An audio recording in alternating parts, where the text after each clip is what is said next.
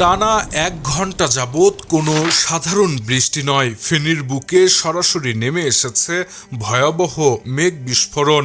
মাত্র ১ ঘন্টার প্রবল বর্ষণে পুরোপুরি তলিয়ে গেছে পুরো শহর।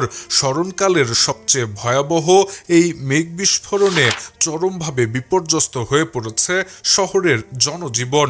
শহরবাসীকে এখন চরম ভোগান্তিতে পড়তে হচ্ছে। রাস্তায় বের হলেই দেখা যাচ্ছে হাঁটু থেকে কোমর সমান পানি জমে গেছে।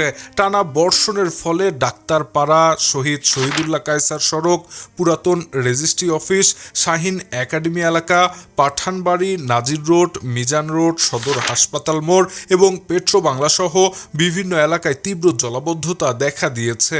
পানিতে পুরোপুরি তলিয়ে গেছে এসব এলাকার সব নিচু সড়ক।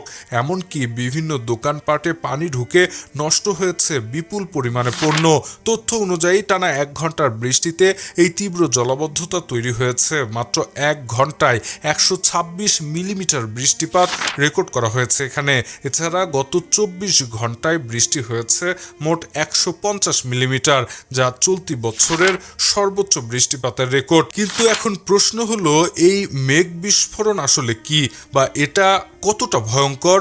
মূলত এটি হলো অত্যন্ত স্বল্প সময়ে খুব ছোট একটি এলাকায় অস্বাভাবিকভাবে এবং প্রচণ্ড পরিমাণে ভারী বৃষ্টিপাত।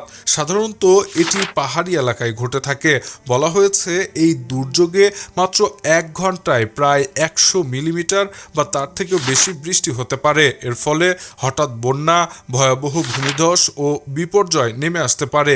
এই আকস্মিক দুর্যোগে মাত্র কয়েক মিনিটের মধ্যে রাস্তাঘাট এবং ঘরবাড়ি পুরোপুরি তলিয়ে যেতে পারে। আর ফেনীতে ঘটেছে ঠিক এমনই এক ঘটনা। মঙ্গলবার বিকেল ৩টায় জেলা আবহাওয়া অফিসের ভারপ্রাপ্ত কর্মকর্তা মোহাম্মদ মুজিবুর রহমান এই সম্পর্কে এক জরুরি তথ্য নিশ্চিত করেছেন। তিনি জানিয়েছেন, স্বাভাবিক লঘুচাপের প্রভাবে এই ভয়াবহ বৃষ্টিপাত আগামী ৩ দিন পর্যন্ত অব্যাহত থাকতে পারে। সবচেয়ে আতঙ্কের বিষয় হলো, পরিস্থিতি এখনই স্বাভাবিক হচ্ছে না। একই সঙ্গে বজ্রবৃষ্টি এবং কালবৈশাখী ঝড়ের চরম আশঙ্কা রয়েছে বলেও ঘোষণা এসেছে। মেঘ বিস্ফোরণের এই প্রাথমিক ধাক্কা সামলে ওঠার আগেই যদি আবার আঘাত হানে কালবৈশাখী ঝড়, তবে পরিণতি কতটা ভয়ঙ্কর হতে পারে।